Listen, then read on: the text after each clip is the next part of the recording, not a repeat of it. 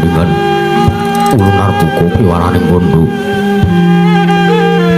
kinupin langaning budaya luhur pritadya teka kalupi marsudi teteking dharma imre kautaman purwakaning kandha narik nuting basa teka gunung musurasa yen narasaya karaos ulat sarira ngrusa wandi puruhing diri rasa ngrumangsani liru jalma lilu kaca jarwe wis pinakup carita ora becik wis gumelar jroning pakuliran lha Gusti Satri amrisani pagelaran inggih powo Surya Candra dari mangarti wis kinurta drate kawasa sahari ratri angin dari bawana purwateking dosina bilung dumandi temah dadi petanganing dina sasi warsi windu kang sarta abad tetunggulan pangkar tumangkar kaya sini rambun kaya Jawa mati ngrebya dadi padang kutu-kutu alang atuku brunono yang bruno jatuh beraratan bau jalan padang terawangan sinari sangi wangar nawi hingga ngarsa murbawani jagat mungging jagat wetan tumunggung-munggung mungging ngalinganku kerabang merangga lamun baik saya dilat-dilat bumi suyu tangu sumur sangi wangarku kata semebelakanan kering abang ismu jenar kabur bawaan sinari sangi bang basoto tanam tu katon hijau royo-royo tanat bumi subur moyo-moyo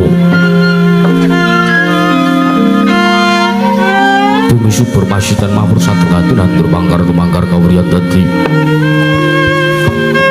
biru moyo-moyo pucing gunung kenemelan kedalu kasih ring prabanjana lenggat lenggut ngantuk kaya gunung Makudo mengko tan ketawis dangu sulai kawula tasih dene luar sangopo ya buka garap tegal sawahi anglo suruh tanam dadi sambi sendunan sesindenan mikul garung kuning anggiring rojo kayane sawane ana pirambakan sopor wangi sang bangar koso tahu sanjing gelus katemu sinari jagat ring kitar papan nur kidul tanggulung sinari jagat kang samya rebut byoto rebut ijo rebut kuwung parang detatan wonten kang amat dan kekuwung rojo negari Gorowati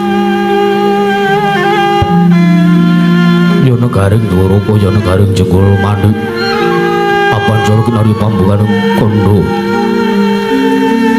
sarete bangke kron negaring Dwaraka tumati saking bulu Banjaran sinasapanku yo benawi tinampi ombak samudra binang langun kang tanpa panggon pegating manunggal kapanto urut ing Cakrawala wane-wane cangkreng kemisik sawane kineping jurang corong kinepung guwa serung kinarya sesuai beksi lawet lan sarang burung wonten ugi pasisiran tersasro jembar kebekaning pasir gumelar garis pinggir panentu angger buyung royo-royo karang kitri ruwe-ruwe ron klopo bumi subur pasitan mawur sabengati tandur mangkar tumangkar kawurian dadi gunung-gunung bebanjengan kang rangsang langit lenggah-lenggok lambai pin mijil toyo saking sendang-sendang mending tirtani iline pinara para laine trambi waduk binentung-bentung kinarya hangileni sawah yang patugalaning Nara Kisma mungkal pangula ing tetani bebasan tatanan bumi sajeng ingkang seluk sedaya tinanduran kang kula kabeh pandya Benari Selyang lan Pasabinan Yayah Rukmi Sari kang pinangga Pratiwi patugalan Gopura Wijaya kang angger buyung godhongane ambiyep wae nganti kaya manglung-manglung wibitane Polo kependem, polo kesimpar, polo kumantum, sadutan kuciwa jinawi, unggulan kang mawe kesarasaning diri. Ingon-ingon Joko Jayaben, sansayang rembaka lamun siang aglaring bangunan, lamun wanci sarap surya samya mulih marang kandange dewi-dewi. Tatanan carane kandhang kanggo nanjing malang lebet tebih saking tinta Durjana Jati, samya saiyek saeka kapti, akar luhuring nusa bangsa tuwin negari Dwaraka. Wana gumi banging gunung Anunggung Rinoksa Mri Lestari untung urun rah tumerah sadaya dadi guru-guru kenanging kungan langkung-langkung ngamututi taliti sampun sami sampeting sesanggeman sepenten bisa ketindasan sosinan soyo foto winotananing puman sinapantan daya dinayan suwi-wiji mapan sejatining jejibahan kang pinuji temah mawujud manunggaling cipta rasa karsa ambabar karya kenging binasake negaring Darawati nalika semulagi manjing marang jaman Cana panjang kunjung pasir pawura jinawi kemari pakarta tata Rahirja dasar negara kang gedhe padhang jagati dhuwur kukuse tur tato kuncarane tur kasusane munjo praja lah sineta wau ing lenggah kula dados pengajianing para kawula menang ira den ucapna dosa namaning Sang Nata dosa 10 nama wis mestani jejuluk Sang Nata Prabu Sri Bathara Kresna ya Sang Danardana ya Padmanaba ya Narayana ya Wisnu Murti Nalendra kepakuning bumi ingkang anggung jejegaken kautaman pisak juga lenggah madaring dampar kecana tatar mantra-mantra sipating Upanaraya Sang Hyang Bathara Wisnu ya Sang Hyang Bathara Suman dewanekat bagian Angijawantah binayang bayang sang janing Purwahaksara Hapsari mimah korban jadi kawis ketinggal tanggung Joko loro-loro ingkang samya ngambil pacare keprabon tatar kantun piswanipun Sang Hyang Tungguling Praja Negaring Dwaraka mimah sang janing Purwakadang ingkang sampun ketinggal lenggah nenggih menika telunggaipun Senopati Dwarawati sadereng Garbaruji ing Lisarpura nenggih Sang Raden Arya Setyaki ya Raden Tambayuda ya Raden Yuyudana ya Raden Wresnimira ya Raden Bima Kunting ya Raden Singa Mulanjaya Sang Raden Arya Setyaki mangraken telunggaipun Pati Negaring Dwarawati pitaleming Bidara Kandhang nenggih Sang Rekyana Pati Udawa ya Sang Kresnengkara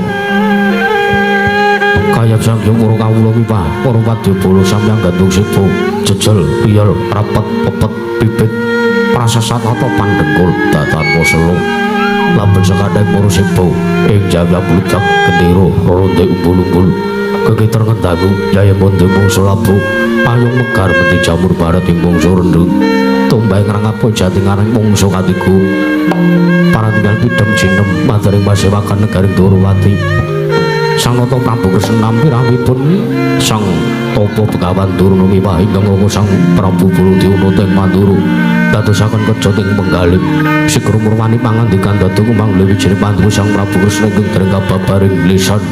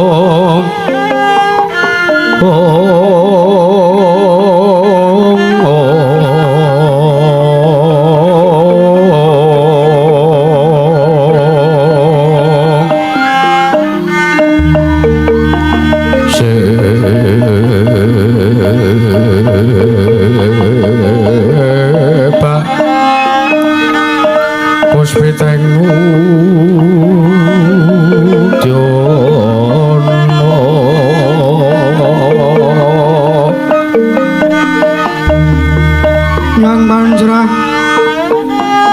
sararokmo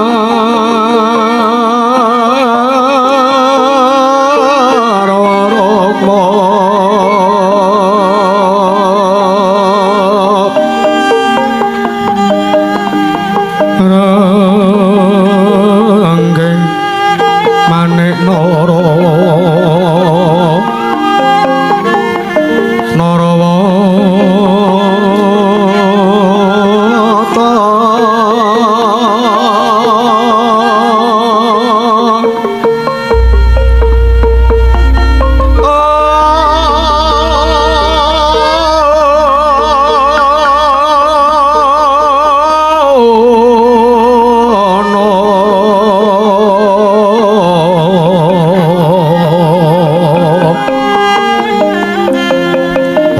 banyo kang sumirat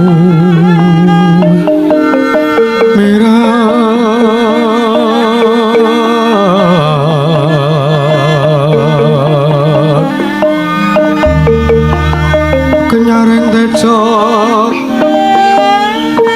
laliwaran lergi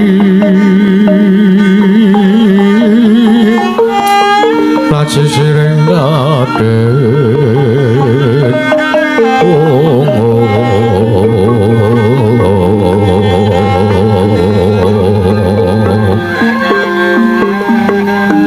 wimbo kekandha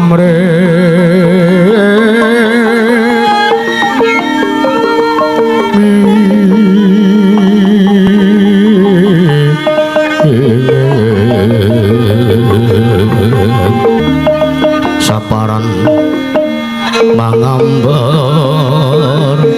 ongas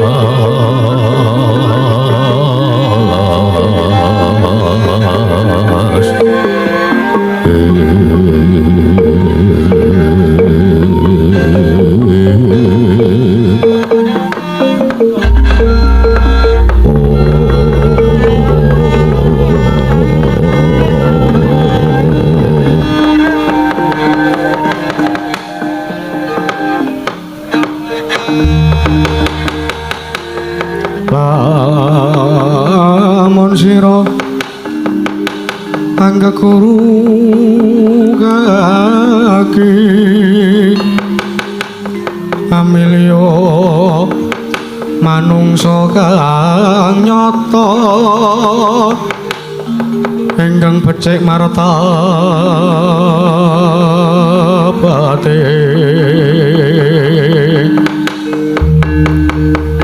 sarta kawruhing hukum kang ibadah lan ngrangi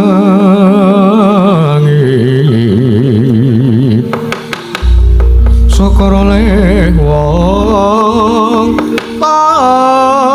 apa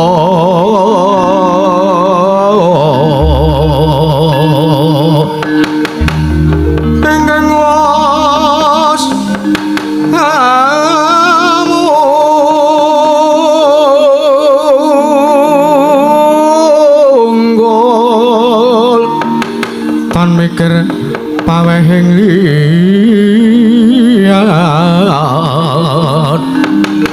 iku pantes kuranana kaki sartane kawruhana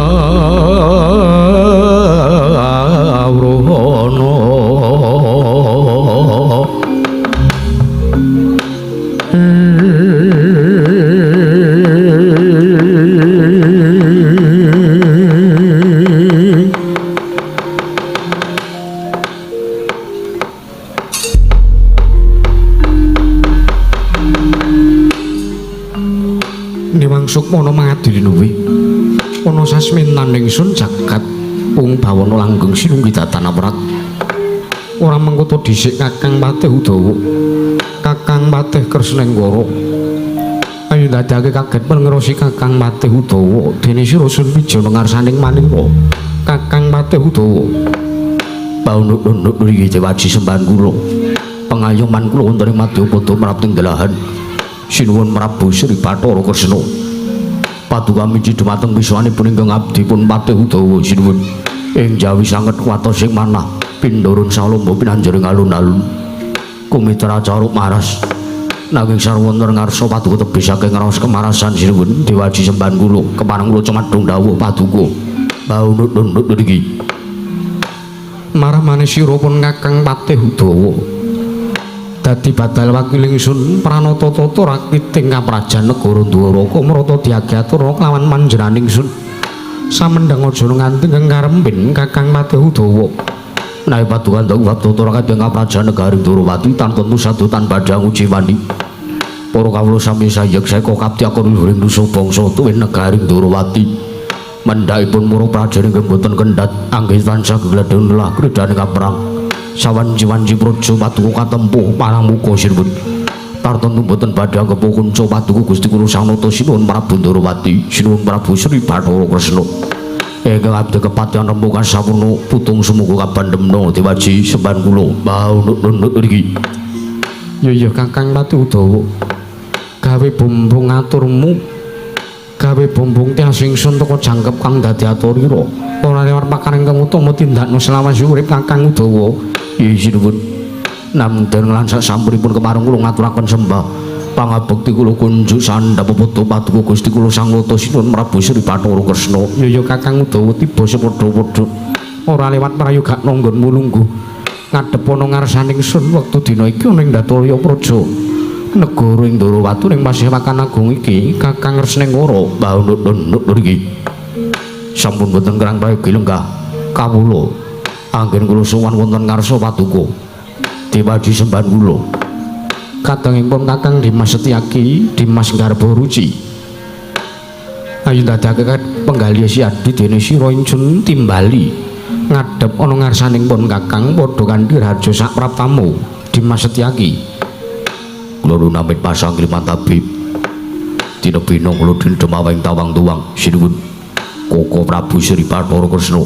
Sesembahan kula tring Madyapada prapting dalan Kanjeng Koko Prabu Kresna.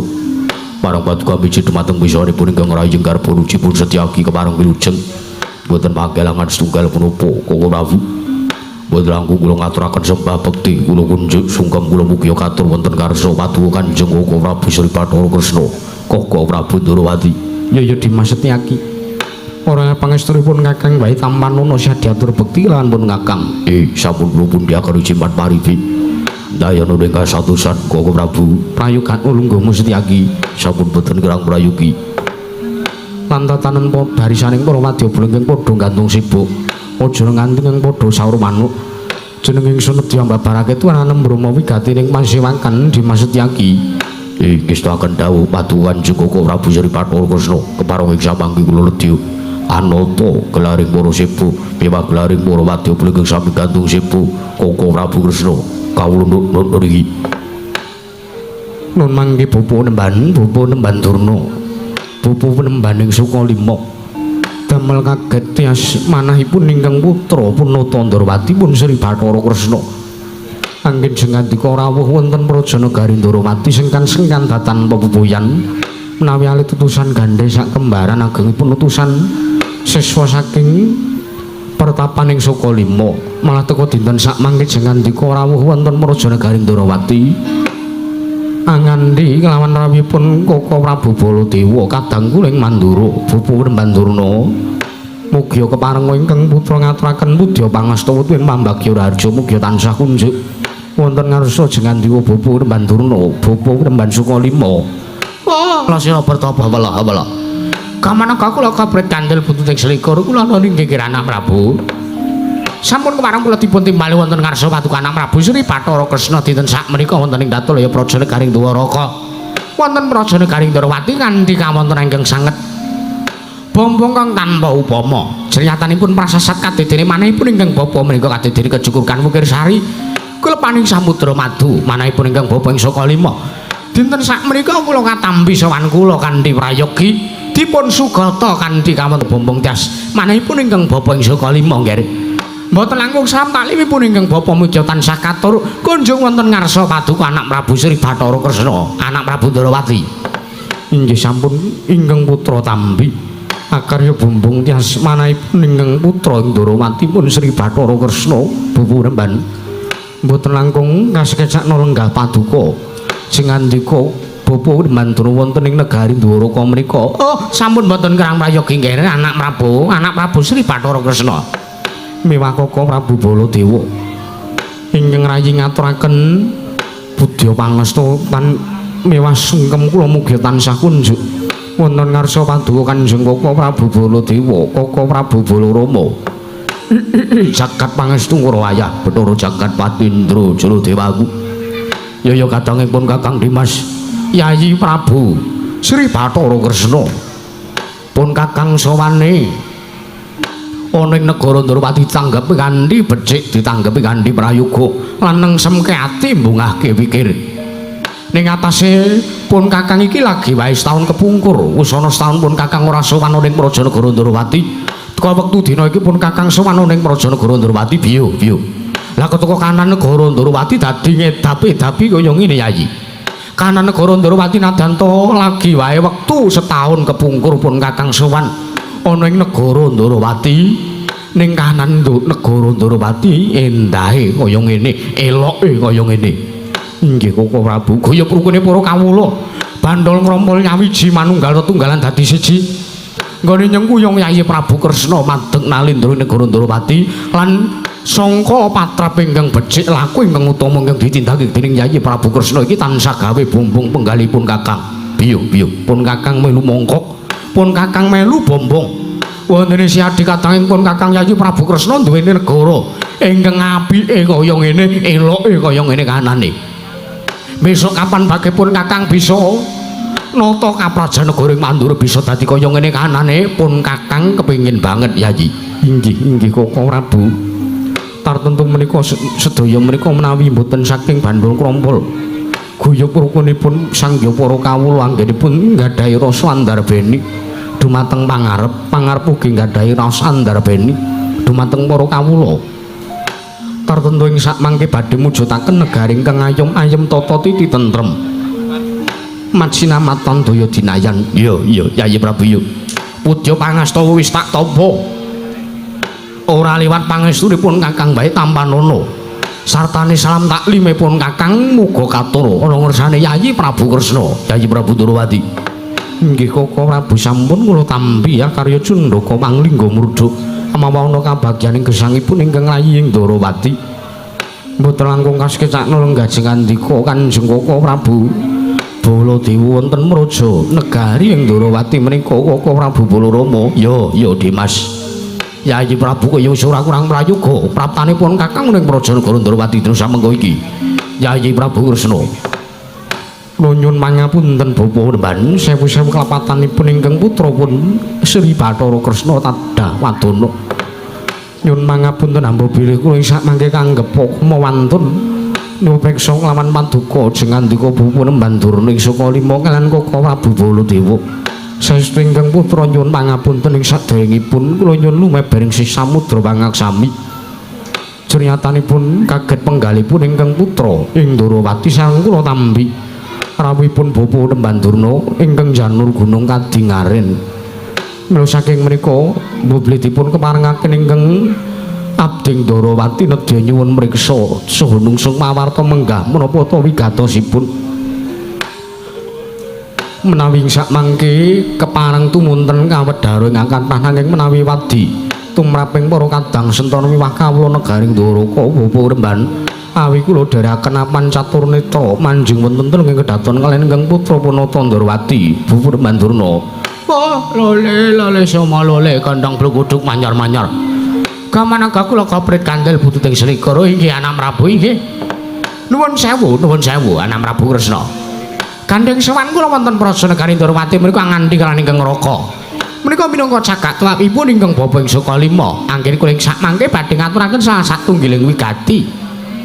Mula saking mriku Gandeng swanipun ingkang bapa menika ngandika ingkang Raka pun anak Prabu Baladewi Mandura menika ing sak mangke kadang werdanipun paduka anak Prabu Sri Bathara Kresna kula aturi munjo atur pangandikan wonten ngersanipun anak Prabu Sri Bathara Kresna mekaten Bu Purban. Nggih saderengipun ingkang bapa matur wonten ngarsa sing ngandika anak Prabu Sri Bathara Kresna Koko Prabu Baladewa piye Yayi Ndarawati.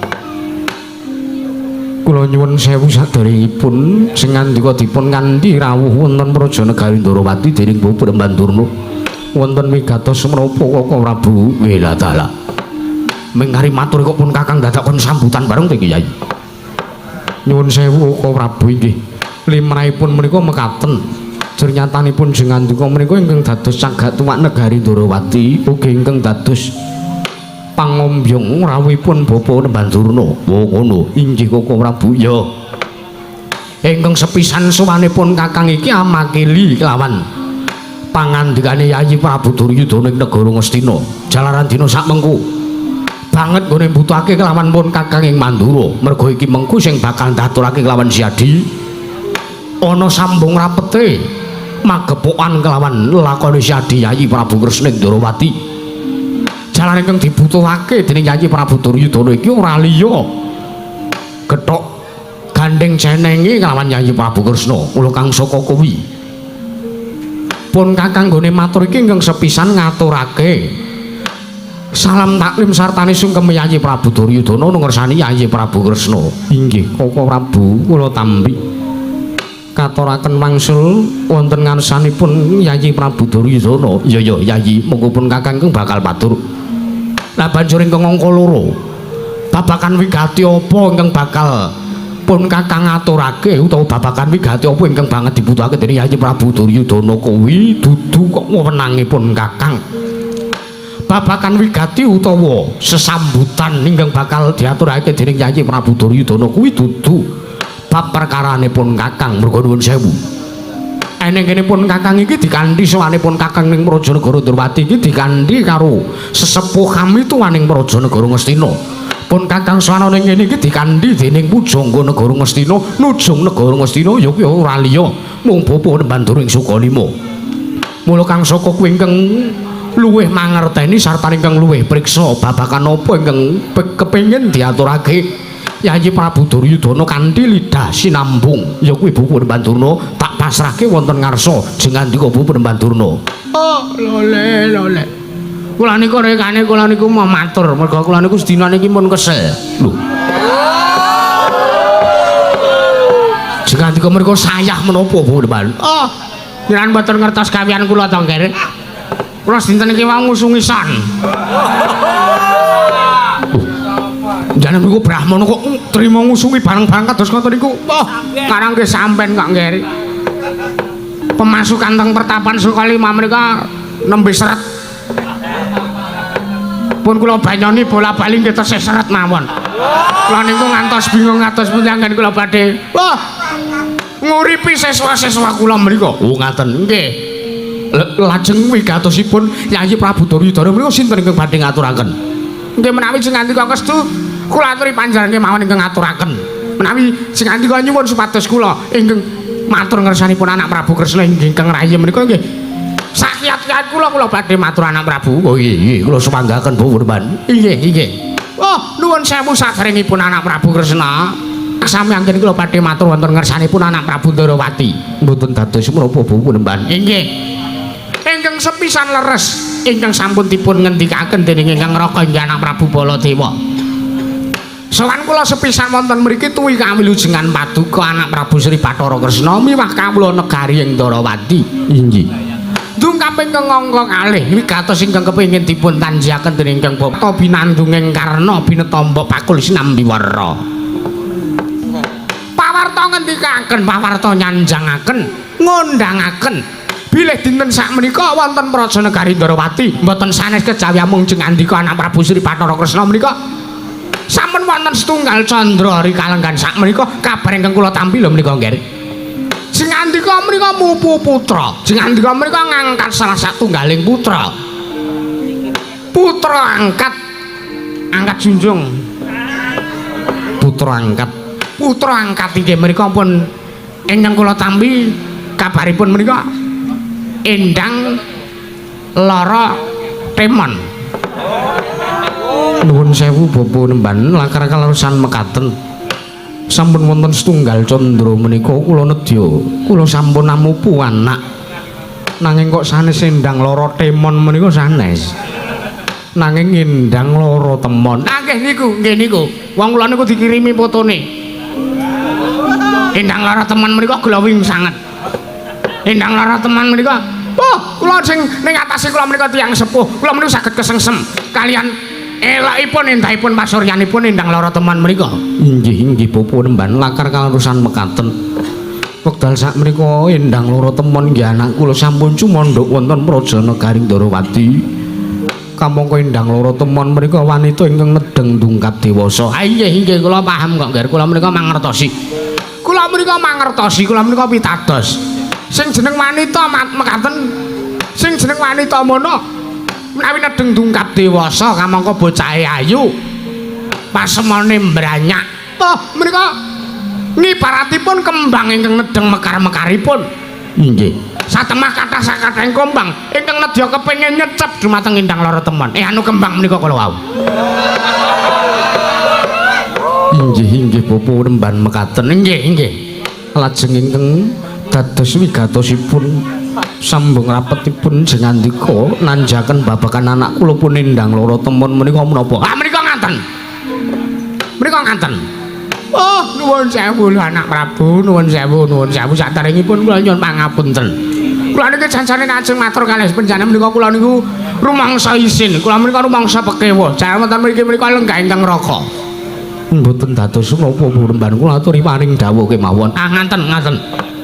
Sampun wonten setunggal utawi 3 hari 3 dina ngaten mboten sanes setunggal menika mboten sanes.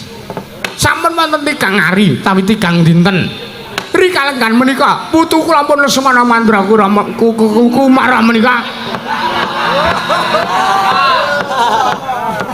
alon-alon mawon Bapa Nemban kula menika gugup anak Prabu. Lesmana niku jare kepengin rabi bola bali, kepengin rabi ning gaweane mengendang terus. Ngendang men kendangane mboten mutu. Nggih, matur nggih. Ditata artine digawe semeleh pikire. Nggih. Wong matur wigati menika dipun pidhangetaken kanthi terwaca. Kula atur panjenengan menika kawan Yayi Prabu Kresna menika dah cetha kedah tetela. Nggih, singkat padat lan mantap. Nggih. Menika ngaten, sampun wonten 3 hari kalenggan sak menika putu kula pun Lesmana Mandraguna menika kaya dene wong kedanan. Kaya dene wong kepranan jroning atiku. Putu kula Lesmana Mandraguna menika. Inggih. Rikala semanten ngantos gelor-gelor gulung-gulung gedrok-gedrok anggenipun nangis. Nyuwun tulung bengak-bengak kalih tiyang sepuhe. Inggih ingkang rama inggih menika anak Prabu Duryudana. Inggih Bapa Nemban. Kula menika bingung. Ngantos sing samangken nalika semanten kula dipun sumanaken kula dipun timbali nyaket wonten ngersanipun anak Prabu Duryudana. Wigatosipun inggih menika kula kedah ngeteng-tengi. Ngeneng-nengi. Kedah ngeneng-nengi dumateng marangipun putu kula pun Lesmana Mandraguna menika. Kamangka kula nuwun sewu nalika semanten anggen putu kula Lesmana menika gandrong kaliyan sawijining wanita menika mboten namung levelipun gandrong sing mengagumi tok menika mboten. Nanging kula nuwun sewu Lesmana menika ngibaratipun prasasat menawi mboten kelampahan gayuh nglampahi katresnanipun menika Lesmana badhe gantung wonten ing wit kacang. Mrika kula nuwun sewu nggih, susahipun putu kula pun Lesmana Mandraguna menika ugi dados susahipun ingkang bapa ing Sakalima. Kamangka kula nuwun sewu nalika semanten sampun kula dangu putu kula pun Lesmana Mandraguna menika sampun kula dangu nggih. Putuku cah bagus. Sapa jancane wanita sing iso gawe kowe nganti kedanan kaya ngono kuwi? Piyambakipun blaka, piyambakipun punika walaka. Eyang Penemban boten wonten setunggaling wanita ingkang keduga saged ngrubuhaken bebeteng jiwa kasatriyanipun ingkang wayahipun Lesmana Mandraguna. Kejawi ampung atmajanipun enggal atmaja angkatipun Wah Prabu Ndarawati nggih menika pun nendang lara teman. Kaget penggalipun ingkang kaping kalima. Kula menika bingung. Nuwun sewu lho nggih. Jengandika menika dados pujangganipun para Pandhawa. Tartentu perbawanipun menika ageng sanget. Mila kula menawi sowan wonten Prajanegari Ndarawati menika saking omah kula wis tata-tata ati kula. Lek kula ngrakit ukara, kula ajeng matur kaliyan panjenengan pun kula tata. Aja ngasi mengko kleru. Ing tembe murine bakal nuwake rasa ingkang boten sae utawi boten damel renaning penggalih paduka anak Prabu Sri Bathara Kresna. Pun kula tata apik-apik mendugi mriki tesih sasar susur omongan kula kok. Inggih boten dados menapa Bu Penemban. Pramila kula nuwun sewu. Sowan kula menika waleh-waleh menapa namung badhe ngebon-bon ingkang cecawas sonten. Sowan kula menika minangka lidasi nambungipun anak Prabu Duryudana, sowan kula badhe nglamar, sowan kula badhe ngemis dumateng paduka anak Prabu Sri Bathara Kresna keparenga kestu amaringaken ingkang putra inggih menika pun nindang lara temen ing samangke badhe kula boyong wonten negari Ngastina badhe kula dhawuhaken kalian putu kula pun Lesmana Mandrakumara menawi dipun paringaken kula ngaturaken panuwun ingkang tanpa pepindhan menawi boten dipun paringaken kula nyuwun katrangan kegumanthok lan alasanipun menapa kula nyuwun katrangan ingkang cetha nggih anak Prabu Sri Bathara Kresna jalaran kula nuwun sewu menawi samangke jengandika anak Prabu Kresna menika dumaringaken ingkang putra inggih menika nindang lara temon kaboyong wonten negari Ngastina samangke badhe dawuhaken diri putu kula pun Lesmana Mandrakumara menika samangke tartentu jengandika menika sampun dipun anggep kemawon pasederekan pasrawungan antawisipun negari Ndarawati kaliyan negari Ngastina menika sansaya remaket silaturahmi antawisipun kawula wonten Prajanegari Ndarawati kaliyan kawula wonten Prajanegari Ngastina menika sansaya gathuk sansaya marem sansaya caket sriyatanipun kula nuwun sewu rati dhawuhaken ingkang putra kaliyan pun putu kula pun Lesmana Mandrakumara menika ngibaratipun untumaken balung ingkang pisah gathukaken daging ingkang renggang ingkang renggang nika mentah napa mateng sumangga mekaten bopun Mbak iya tartentu ing samangke antawisipun nindang badhe dados temanten ingkang sak rambut sarimbit menawa kula nyuwun katrangan gumanthok nek dipun paringaken kula ngaturaken panuwun tanpa pepindhan menawi wonten panggil rupanipun menapa kula aturi ngendika kemawon nggih anak Prabu Sri Bathara Kresna long ramyan ingkang driya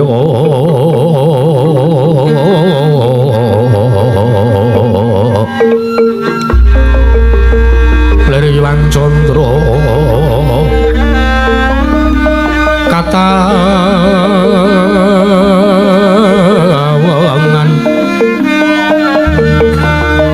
sumu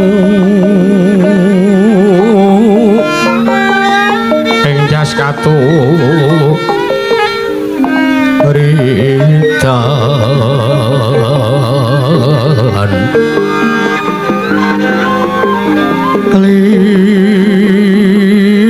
limut kapiarsaning rojit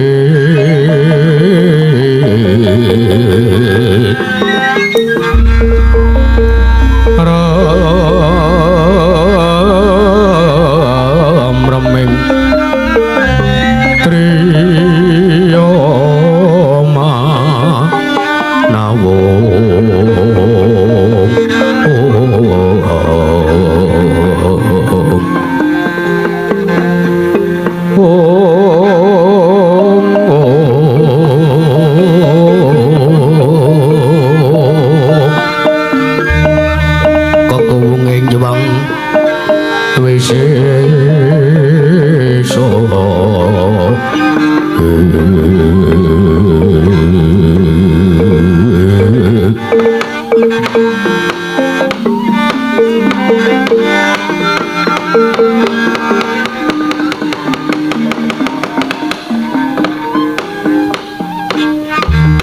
Pangestu wayah Bathara jagat Bapa Remban Durna.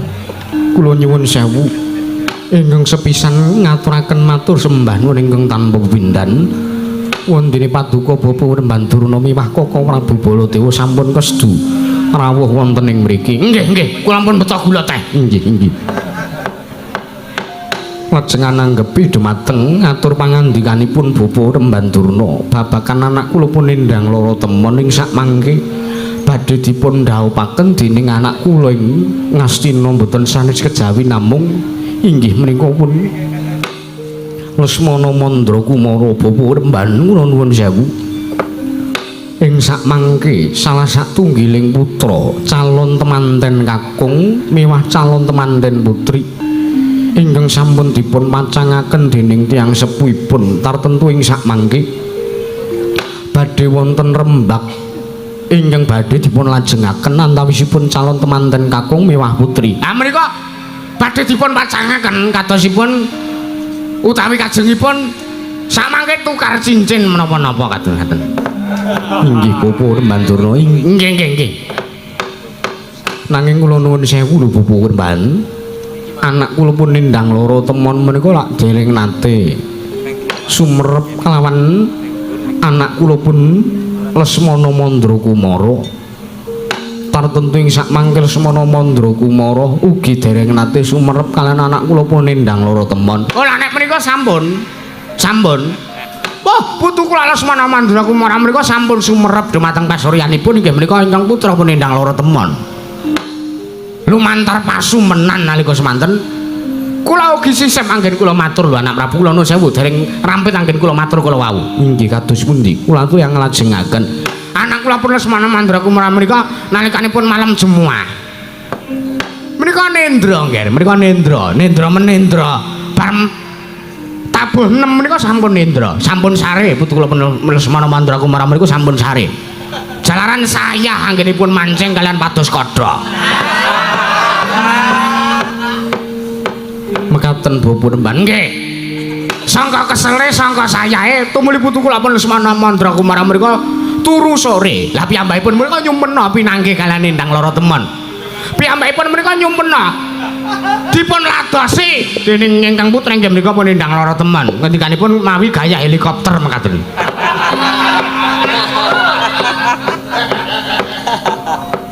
Napa niku wau kaya helikopter? Niku napa Remban? Kirangan wong sing matur putu kula Lesmana Mandra Kumara kok kula ya ora dong kula niki mung wong tuwa. Mekaten Bapa Remban. Lah nggih menika ingkang tak tosaken jalaran wonten saking mriku menika tukul raos tresna antawisipun Lesmana Mandra Kumara kalian nindang lara temon. Inggih. Nanging kula nuwun sewu kula lajengaken sing jeneng anak menika menawi dereng wonten raos tresna sami tresnan tresnanan. Wela. Menika kadang kula sampean guyoke. Oh, kula nuwun sewu. Wau niku kula sing gugup. Sareng kula matur kula pun blong ati kula. Malah genti mriku sing gugup. Nggih nuwun sewu Bapa Remban. Kula menika matur kalian priyagung tartentu kedah kula tata atur kula. Nggih. Kedah sami tresna utawi keplok tangan kalih menawi antawisipun Lesmana Mandra Kumara kaliyan nindang lara temon menika salah satunggalipun boten sami ngraosaken tresna tartentu ing sak mangke tembungipun namung badhe dumugi ing keplok tangan sisih ateges boten mungel utawi boten badhe dados anggenipun Lesmana Mandra Kumara kaliyan anak kula pun nindang lara temon kepingin badhe mbangun bebrayan. Nggih, kula paham, kula ngertos. Inggih Bapa Remban. Lajeng kula nuwun sewu. Sing jeneng tresna menika gegaranipun tiyang akarane menika sanes kok bondo, sanes kok rupa. Pawitanipun menika namung ati kaliyan nadi. Menawi sampun sami tresna antawisipun calon temanten kakung kaliyan putri sami anggenipun nenimbang raos katresnanipun tartentu ing sak mangke badhe gathuk. Nggih. Wong urip teng Madyapada menika prinsipipun utawi gegaranipun menika namung otak-atik gathuk-gathuk. Menika nggih. Meneng samangke diotak-atik menika kok gathuk, tartentu ing sak mangke badhe nuwuhaken gothak. Menika digothak kok mboten gathuk terus mboten otak-atik. Wis samangke dipun obat-obataken mawon. Begawan Durna ki omongane ngawur pun ngajenge to Yayi Mas. Suyagung ya diajeni iki mawon. Ya Kakang Udawa. Mrika. Inggih pupun mban. Nanging kula nuwun sewu. Menawi sak mangke antawisipun calon temanten kakung lan putri mboten gadhahi raos tresna, lajeng menawi dipun meksakaken sak mangke dadosaken bab ingkang boten kirang sak mangke dadosaken bab ingkang kirang prayogi, malah ing sak mangke badhe nemahi tumrap tiyang sepuhipun calon temanten kakung kalian putri. Ing sak mangke menawi anak kula pun nindang lara temon boten purun dipun dhawuhaken kalian anak kula pun Lesmana, malah ing sak mangke menawi dipun peksa kula ingkang ngraosaken sabab jalaranipun lho Bapak Remban, mula saking mriku kula nyuwun pangapunten. Kula dereng saged matur kathah babagan kersa utawi purun menapa mboten anak kula pun nindang lara temon. Anggenipun badhe dipun dhawuhaken kalian Lesmana Mandra Kumara. Sak mangke kula ingkang badhe nanting dumateng anak kula pun nindang lara temon lho Bapak Remban. Sikra-sikra yen permana kansa sikra ngrakit nawang sesangga.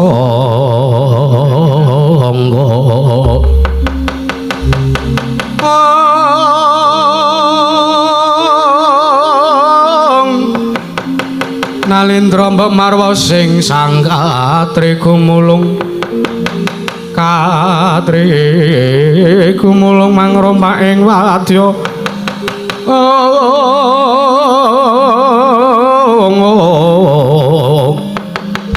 kurta reka kiri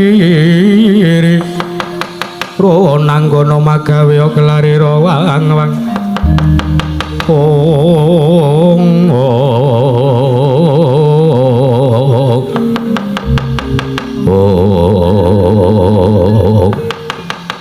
tidak madaning kawontenan negaring Durawati nalika semanten datan mubah datan musik Pandhita ing saka lima sareng nampi pangandikanipun Nata Durawati Sang Prabu Sri Bathara Kresna nalika semanten dadosaken kanyut minangka warju kanyut jare wong inang warju jare wong ngecoh inang itu durung abang itu durung manding kasarudasaring pertolo yak ngarsa tanggeping puri kok pasiban Burawu apa kang dadi darunane ora ana macan mudi kadang gajah ingkang medhot saka wantilan kejawi mung sawanipun utusan saking Karang Kadempel Atmaja Sang Kilurah Semar Badra nggih Sang Kilurah Petruk kantong bulung mewah Sang Kilurah Bagong ingkang mantun minggah madaring daturi praja negaring Durawati kepeper wepe pindha sata metaraga kaget kang samya mangrombaing mro kawula kancana daya pyak jaluk dalan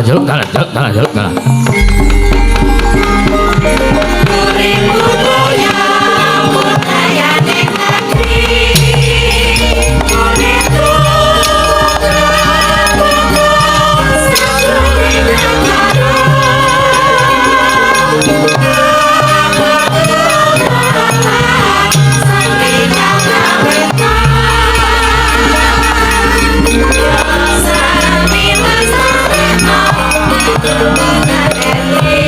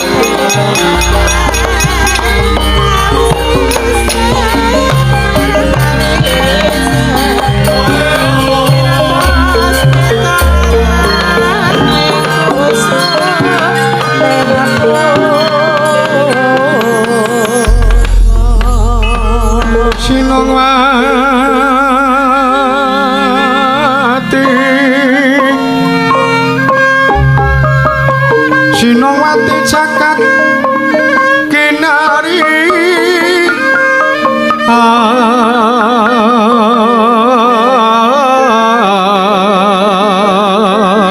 among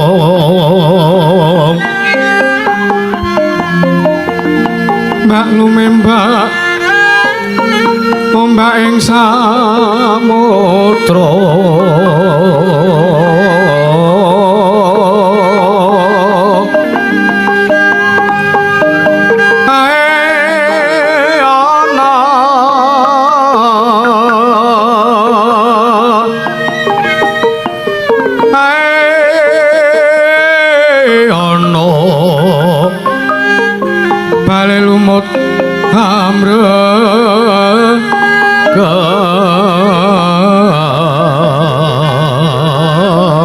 Ganggeng awito denjeng-denjengan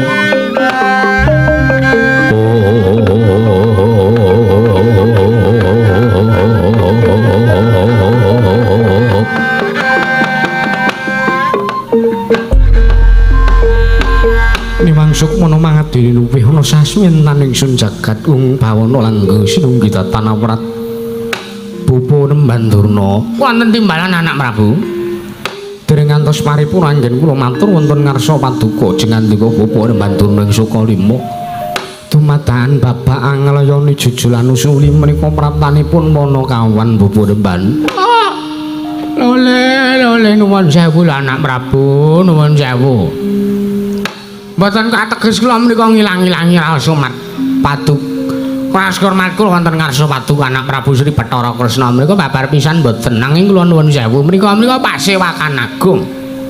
Wah, menika pasewakan agung menika marepatan agung sangya para kawula negari Ndrawati kaliyan Nalindra Ndrawati anak Prabu Sri Bathara Kresna. Lah kok klebon kere-kere kaya ngenten iki? Wah, nuwun sewu pamanggihipun ingkang Bapak. Tartentu Petruk lan Bagong mereka wong ora duwe. Nggih. Wong ora duwe mereka kados saben sowan ning gone piyai, sowan ning gone Nalendra mereka mung arep jejaluk.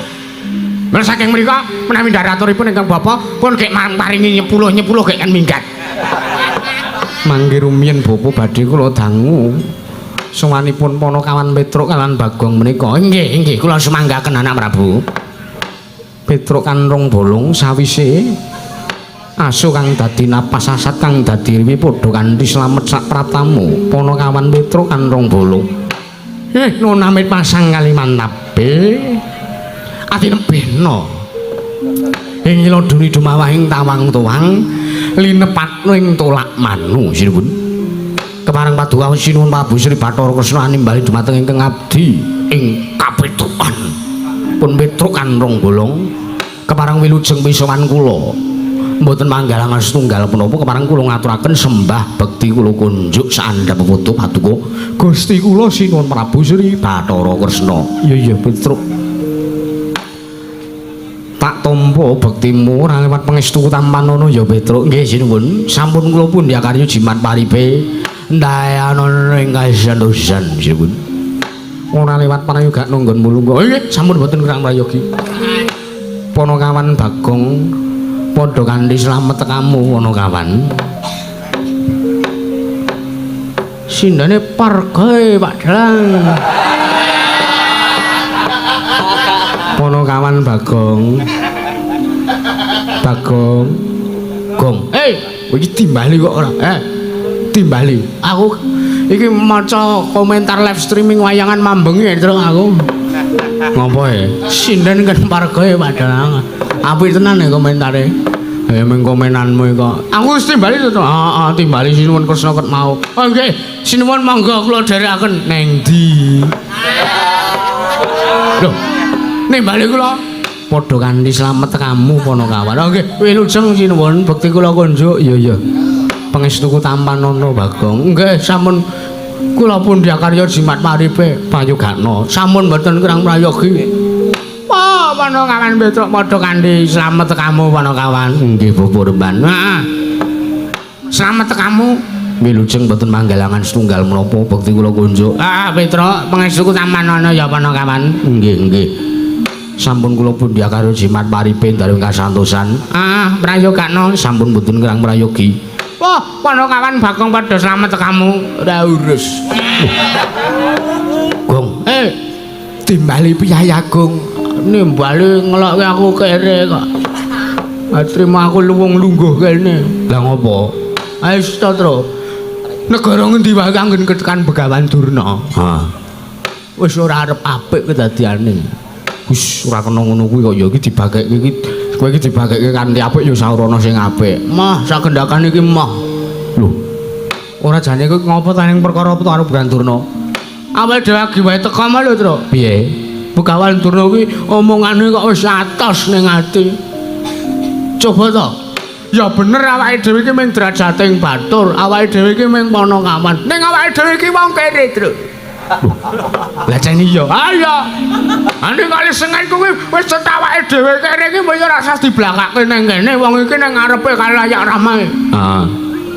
aku dadak ngendika karo Sinuwun Kresna niku Panakawan kere-kere niku ora wurungan nek suwaneng piyai-piyai mesti ngarep njaluk pun gek mang paringi nyepuluh gek kan minggat awake dhewe kok padake apa Petro Apa? wong ngemis dumah awake dhewe wewujudane sarwa kaya ngene dikira awake dhewe iki adol welas lha niku Tru Kowe iki ra trima kok nangis. sedih ngene-ngene kok iki gaweane sing gawe urip ngene-ngene kok titake Gusti aku ki ndek wujudan kaya ngene aku ora tau ngresula malah wong kono-kono sing dumeh sugih dumeh dinai jabatan kok sak dileme dhewe karo kawula cilik Heeh ya, Gong. mula ora sudi dibagake karo Begawan Durna wis kon meneng kowe wah Bagong wis sia-sia karo aku sia-sia ya ben Begawan anu penemban kula niku nek sampean pengen diajeni ya ngajenono kula niku ngajeni ora kok mergo kula kepengin diajeni niku mboten wong urip niku fleksibel wong urip niku tanpa pawitan ora njaluk ora nyilih kalau mangsane ditimbali ya kudu manut kula niki fleksibel urip kula tak setel netral kula niku ora ndek masalah karo sapa-sapa ya meng kula niku rumangsa kula ya ora ngrugake sampean kula niku rumangsa kula niku ya ora ganggu karo sampean nek sampean ucape sengsara karo Bagong apa pancen dasare Bagong niku saeleke wong apa pancen Bagong niku salet-leleteke jagat apa sami sakerene Bagong saking kerene Bagong saking eleke Bagong saking asore derajate Bagong sampean ginongane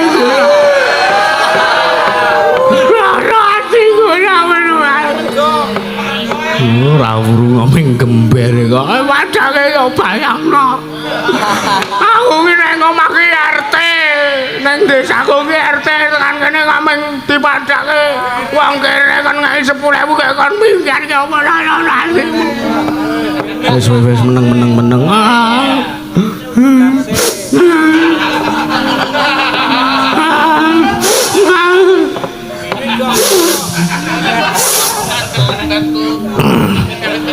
wah diulu mbele jijik ya ora ya wis ora apa-apa ora nampa kowe ora nampa leh kumbake ora patheken Bagong ya wis aku ya ora butuh kowe nang kene kok aku mbutuhke karo Sinuwun Kresna ngepadhake ora Panakawan Petro padha kanthi Raja Satratamu. Sinuwun mandura lenggah teng mriki. iya padha slamet kamu Petro Nggih, wilujeng mboten manggalangan sunggal menapa sinuwun. Kepareng wong turun beti kula kunjuk.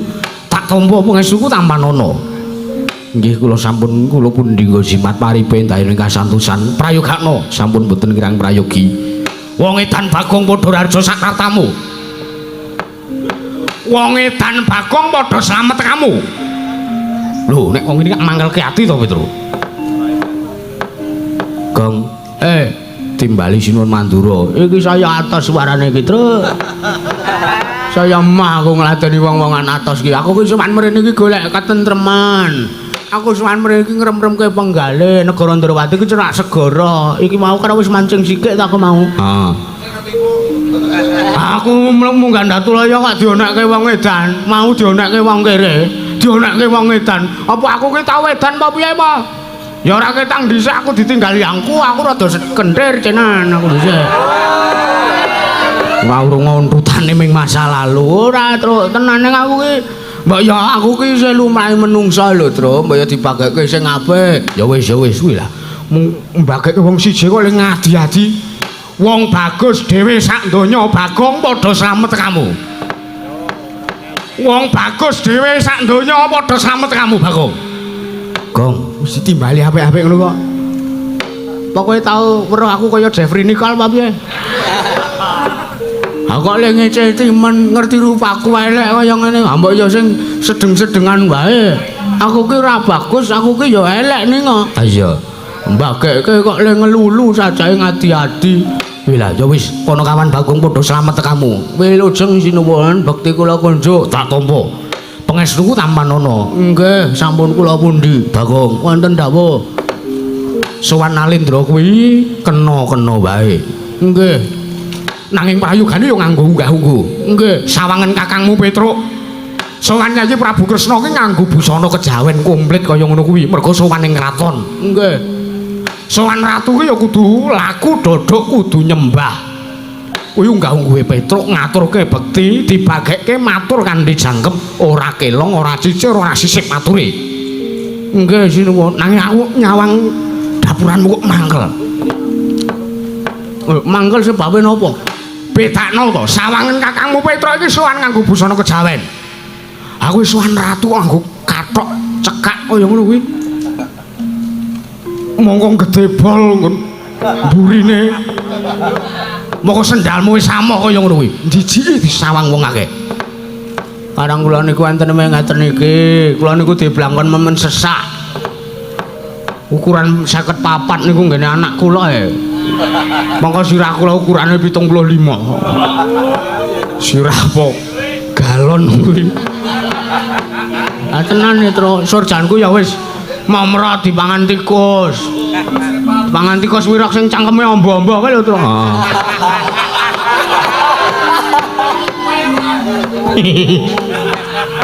Ngawur lah.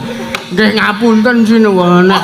Leh kula sowan ratu niku kirang meranani ing penggalih. Bab nggonmu nganggunake busana ora dadi ngopo. Nanging sing gawe aku wirang. Sing gawe aku wirang ning atas aku ki nata Mandura Prabu Baladewa ki kadang werdani Yayi Prabu Kresna. Kowe sowan ratu kok ora laku dodok. Cenanangan lehmu mlaku. Sowan ratu ora laku dodok ora nyembah marang ratu Yayi Prabu Kresna tak salaman ki anggepe kancamu dhewe ngono apa piye? Gong.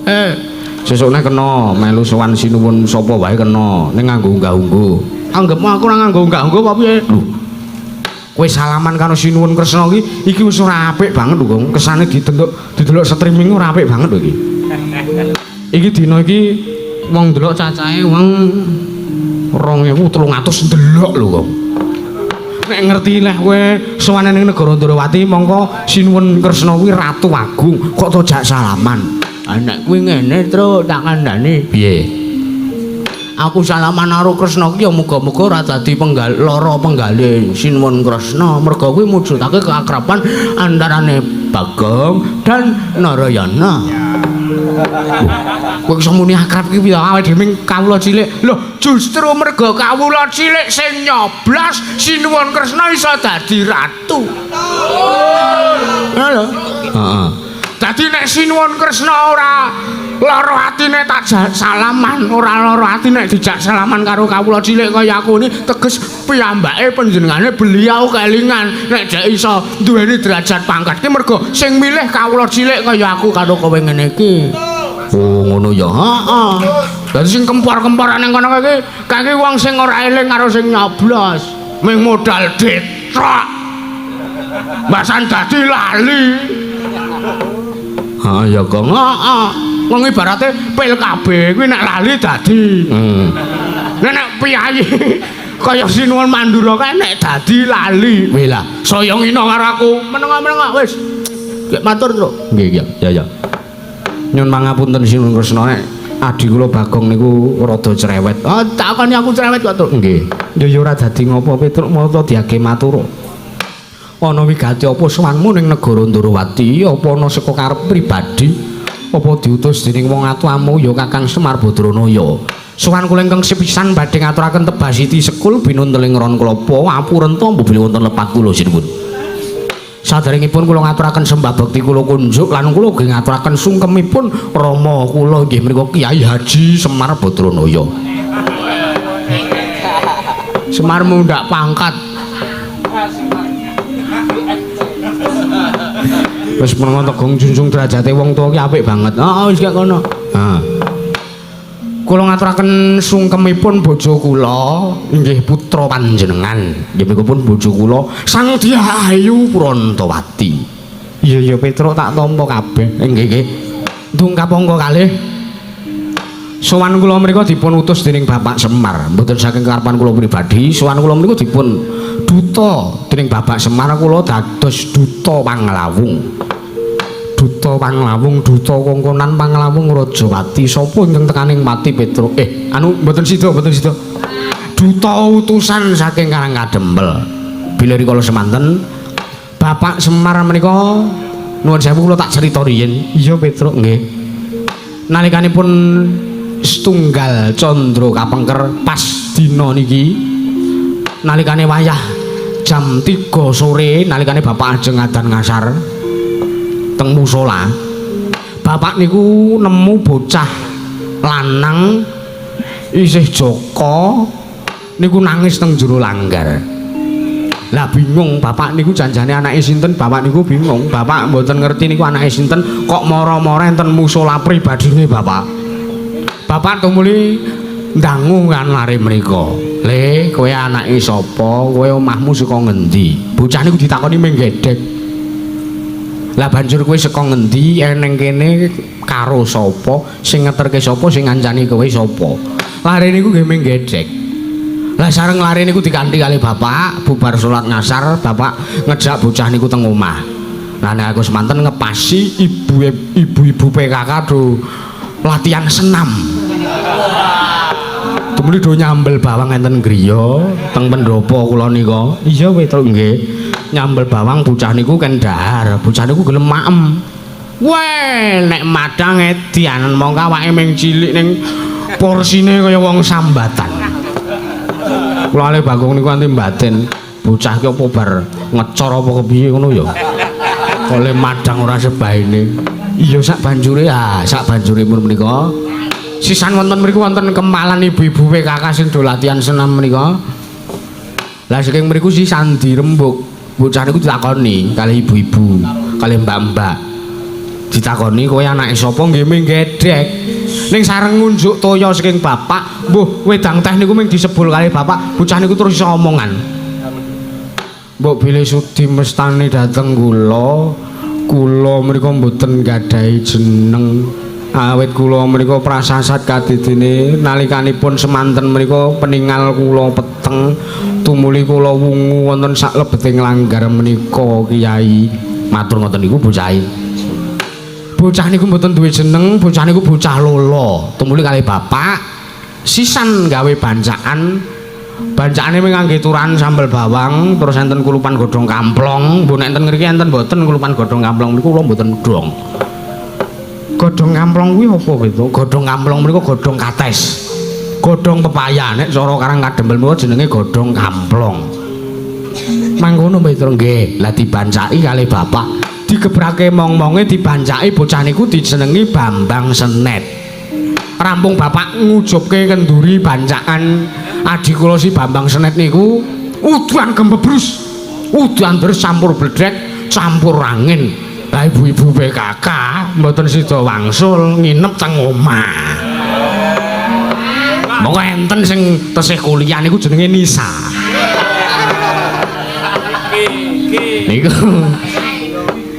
Niku dijak turu kalih Bagong. Ora tumbak cucukan kowe truk antem ndasmu kowe. Ngawur ora aku turu karo bojoku kok. Eleh apa? Bojomu tekan lunga tekan turu ning gandok kok ora. Kowe ngejak wedokan kuwi kok ora truk yakin mbok sumpah. Aku mung takon anu kaya bocah kae mung takon memperbarui WA aku. WA-mu WhatsApp kuwi lho Truk, aja salah tampa kok kowe iki ora ngono. Niku. Lautan gembebrus serang beberapa waktu sampai 1 bulan. Mriku adik kula sing nomor 4 nggih mriku adik kula Ragil Senet niku. Nggih mriku kepengin dhaup sing jeneng wong lanang, bocah lanang utawa wedok menika nek pun wayahe pubertas. Wong mesti wis seneng lekas karo wong wedok. Nek wong wedok ya lekas seneng karo wong lanang. Iya Petro nggih. Ah nalikanipun semono senet mriku matur. Embuh ngerti saka ngendi kok dheweke niku kepengin dhaup kalian putra Ndarawati, putri saking negari Ndarawati nggih menika pun nendang lara temon. Gandeng kula sampun mireng kabar lumantar bojo kula nggih menika putra paduka pun Purantawati. Bojo kula matur, "Mas, aku ki adi meneh." Lho, sapa Dik? Ngoten. Adikku iki dijenengke Endang Lara Temon niki anak angkate Rama Prabu Kresna. Mila, kula pun ngerti jenenge Endang Lara Temon, tumuli adik kula Senet niku kepengin dhaup. Bapak niku bingung.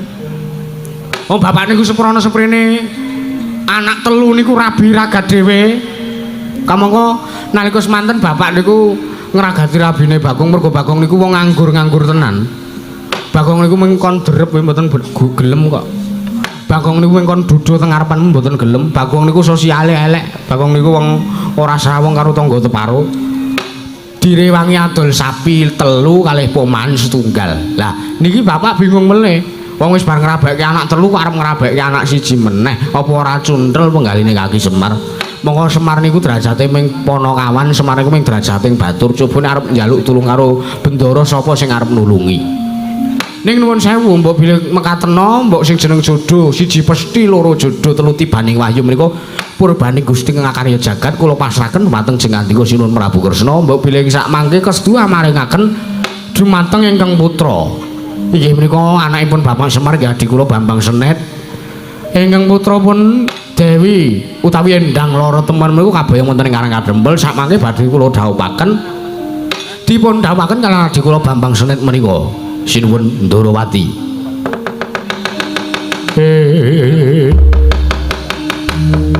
Kagatri sang kapiranguri nanggul kinempet kempet dosang retnaning bawono. Oh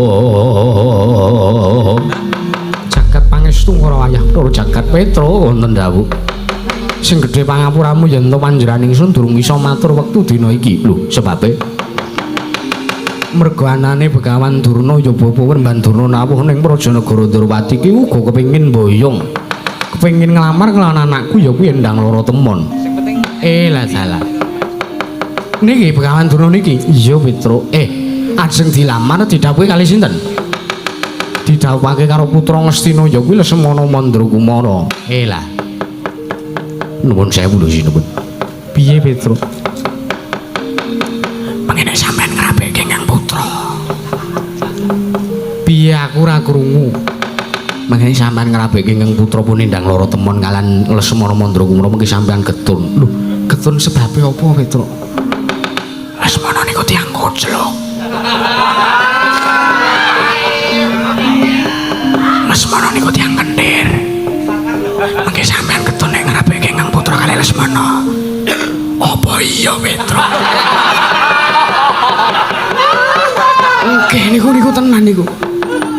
Niku tenan. Apa ana critane anak ratu kok dadi tukang parkir? Apa ana critane anak ratu kok buka tutup dalan teng Pati? Nyisini-sini. Sampeyan menika kagungan putra, monggo putra Nalendra Agung kok ming trima arep didhauphke kalih anak ratu. Ya bener anak ratu sugih. Bagus. Ning ngene niku. Kendir kuwi mau. Nggih. Kula aturi menggalih.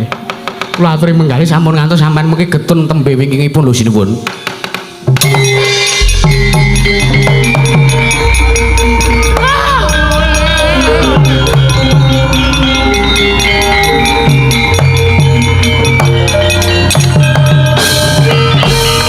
Astagfirullah pertapa sumorante awala Petro kandhang bolong pripun menemban.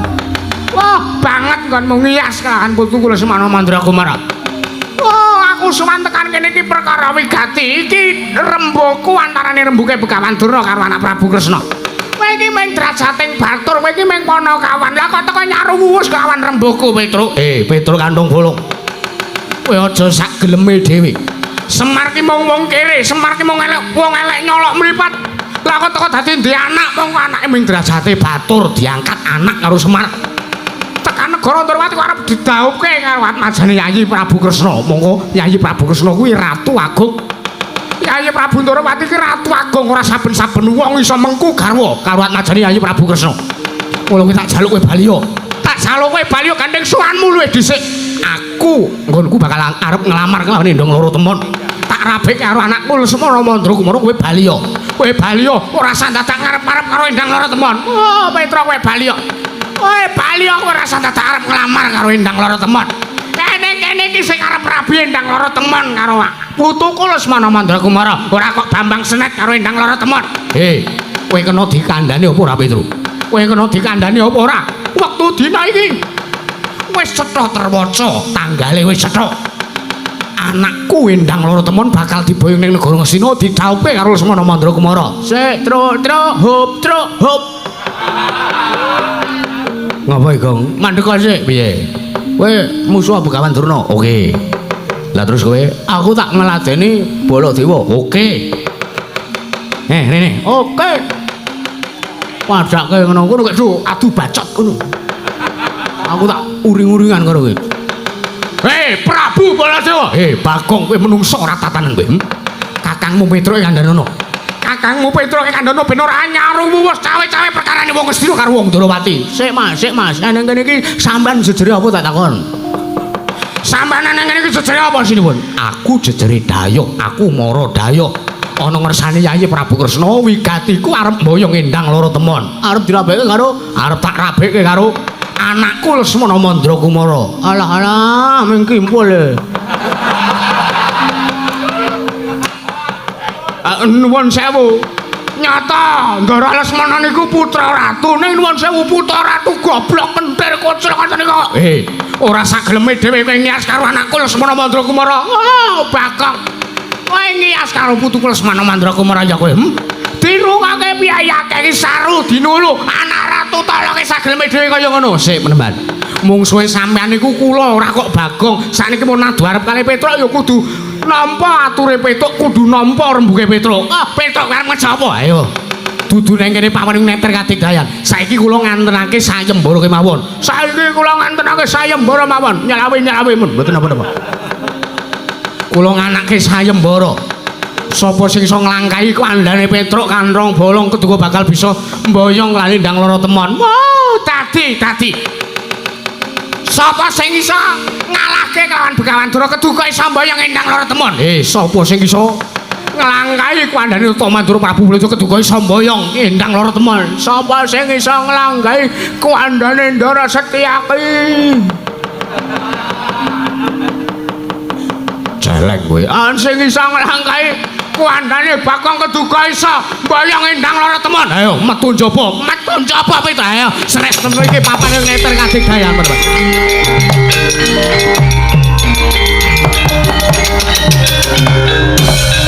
Jan.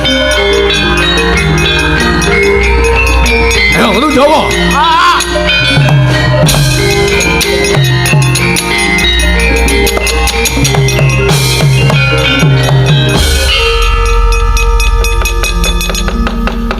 Begawan Durna wis metu, Petruk wis metu.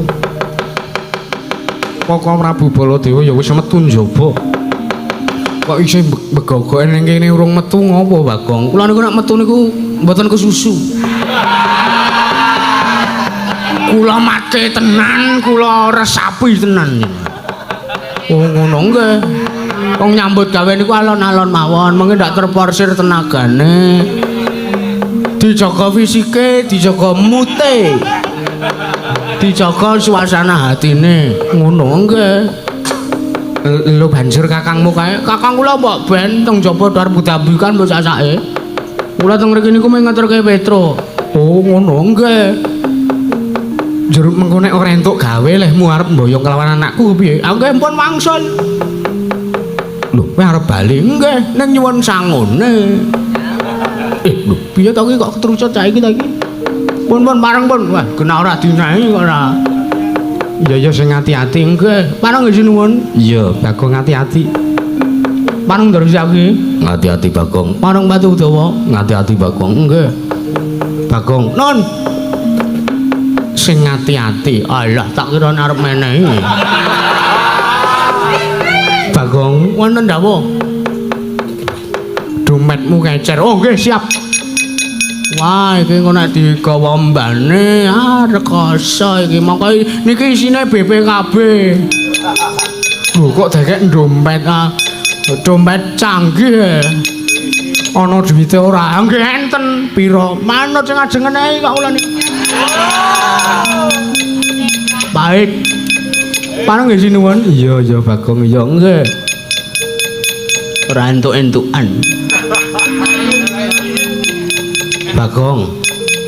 Bagong, wonten dawuh sinuwun.